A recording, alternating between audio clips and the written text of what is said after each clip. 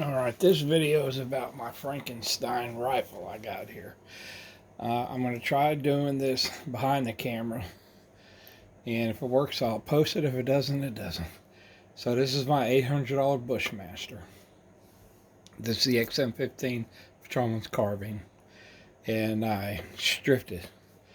I got rid of the carry handle, old furniture, original furniture, etc. I had the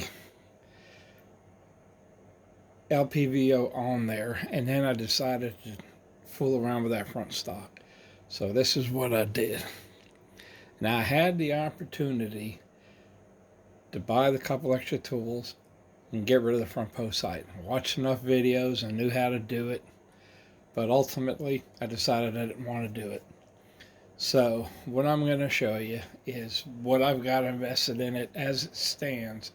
And I've already said twice over the years that I'm done changing it. Well, maybe now I'm done changing it. I don't know. Anyhow, this is what I got. And I wrote down, I'm going to tell you how much I have in it. I've got $1,534 roughly in this $800 Bushmaster out of Huntsville, Alabama. It's a Huntsville Bushmaster. And yeah, that's ridiculous. And yeah, everybody thinks the gun sucks and it's not good enough for anybody. Actually, what I don't have included is this. I paid like $70 or $80 for this gas buster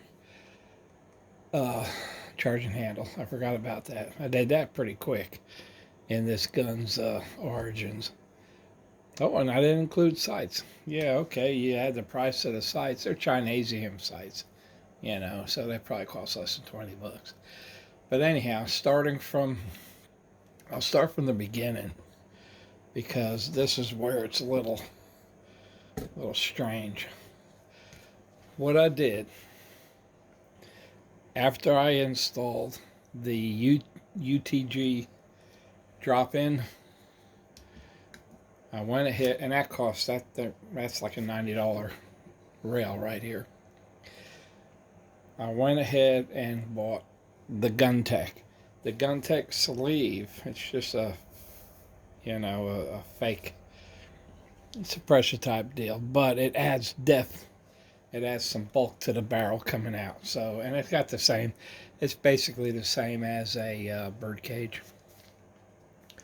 I paid $50 for it, but they're on sale right now, I think for 39 bucks. Alright, so I added that. I added this Votatu for $50 because I watched a video that showed a lot of success with it. Just green laser. Just for fun. I wanted to use that space up on the top rail. I added this piece of Picatinny so I could put a bipod on it, just to help sight it in, what have you. I've got the Magpul hand stop. That's like a $25 hand stop, and I bought that because the concept here was to hide everything that was bare from the A2, the sling mount and everything. There's a big gap right here inside this drop-in rail so that the sling swivel can hang down. I got rid of the sling swivel, and I hid it all with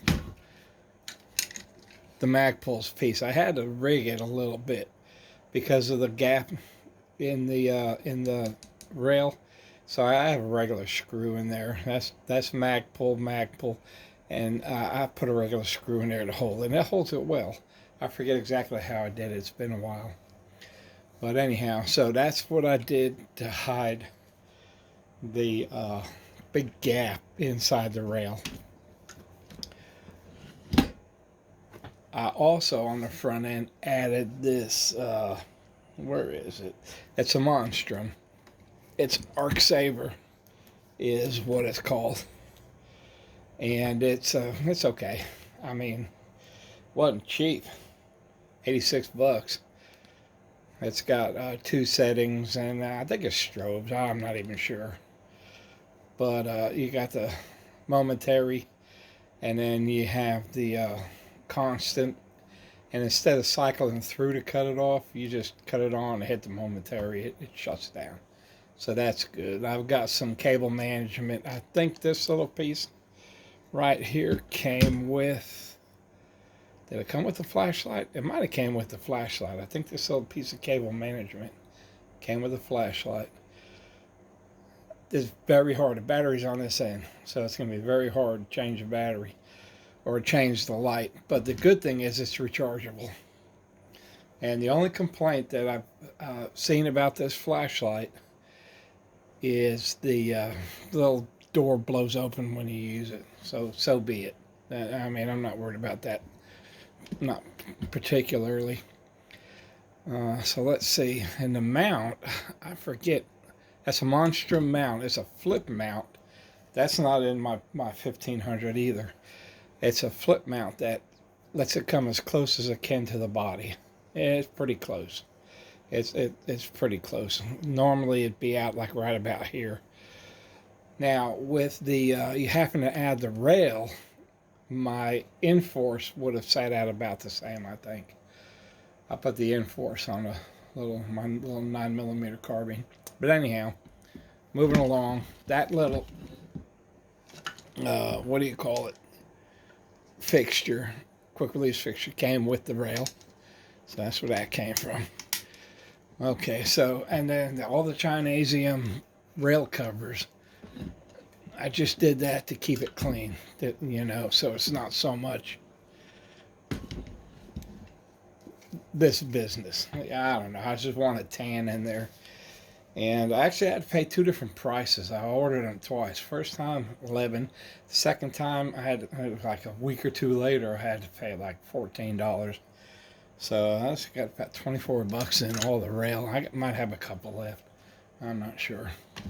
But that pretty much covers what I have invested on the front end. Let me see. Let's bring it around. Yeah, that's pretty much all of that. And I got a little Chinesium 45-degree mount, and I got XP. What do you call that?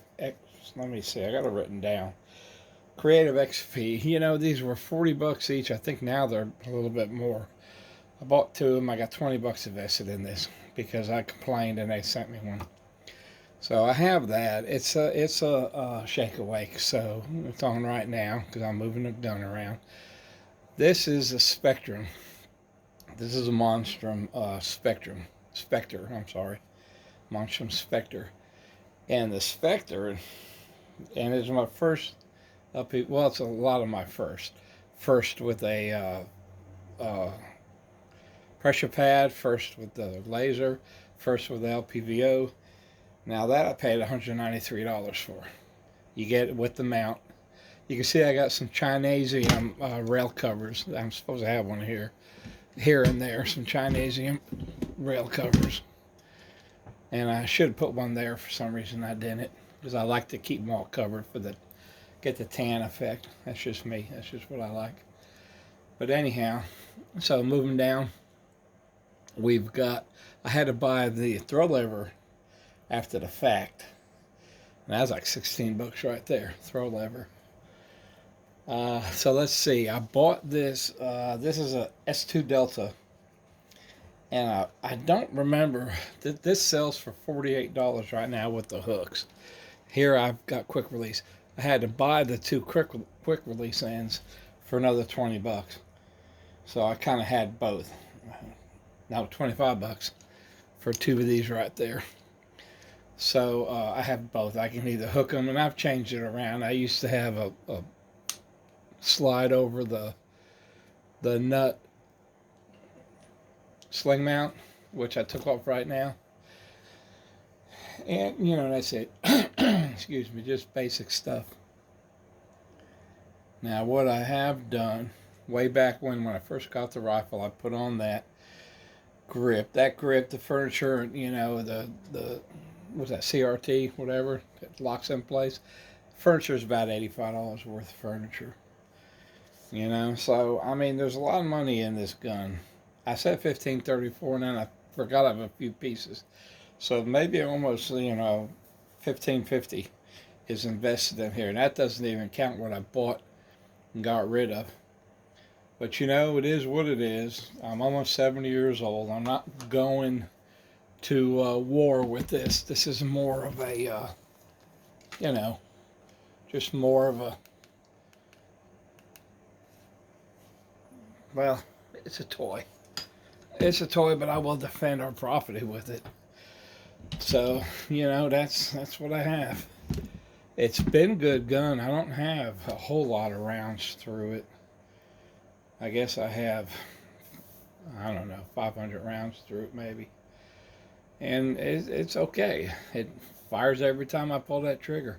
Oh, and I did change the trigger guard. I got a little Chinesium trigger guard here. It makes it a little easier for the gloves. You know, if you get the gloved hand. I haven't used it with a glove yet, but you know, it's ready. It's ready if I need to. And I bought the Primary Arms Autolive, but it turns out that the Spectre is too small. The diameter is too small. The Autolive, the Shake Awake is the thicker diameter, so that sucked because I was really looking forward to getting that. What are you gonna do? See, I bought all the little Picatinny, M-Lock Picatinny pieces. I bought those separate. I don't even remember what I spent on them. Maybe maybe $11, something like that. You know, it's all Chinesium, but I'm not going to war. So if it'll defend me, if some shit hits the fan, well, then that's what counts. You know, I think it'll be fine. Hell, if I drop it, I'm screwed anyhow. There's a lot of people doing drop tests on these, you know, Chinese pieces, but you know, if I drop it, I yank everything off. I got a bunch of Allen wrenches in the handle, and I use my flip-up sight. So, and I just go naked. So fuck it. You know, I don't even think I want to go back and take off the front sight. I mean, it's just more trouble than it's really worth. This was hard to put on, though. The few videos that are online are using, what's that one with the screw delta ring? I think the Ruger 5.56 was one of them, I believe I saw done. And then the M&P Sport, I think, are the only two that I've seen. But it did not want to fit right on this Bushmaster. But it's there, it's solid, to me it looks good. You know, so there you go. There you have it. That's me and mine. All right. I hope you like it. And if you don't, I mean, you don't have to. This gun's not good enough for many people. There's a whole slew of people this gun is not good enough for. So, you know, I'm not even going to worry about that. I like it. It's handsome. It looks okay. Even with a stupid A2 front sight on there. Looks okay. I got it kind of, you know, it's kind of busy. Pretty heavy too. I think we're looking at plus 12 pounds. Probably closer to 13 pounds now that I've added a lot of extra stuff that I didn't have. So anyhow, there you go. Hope you enjoy.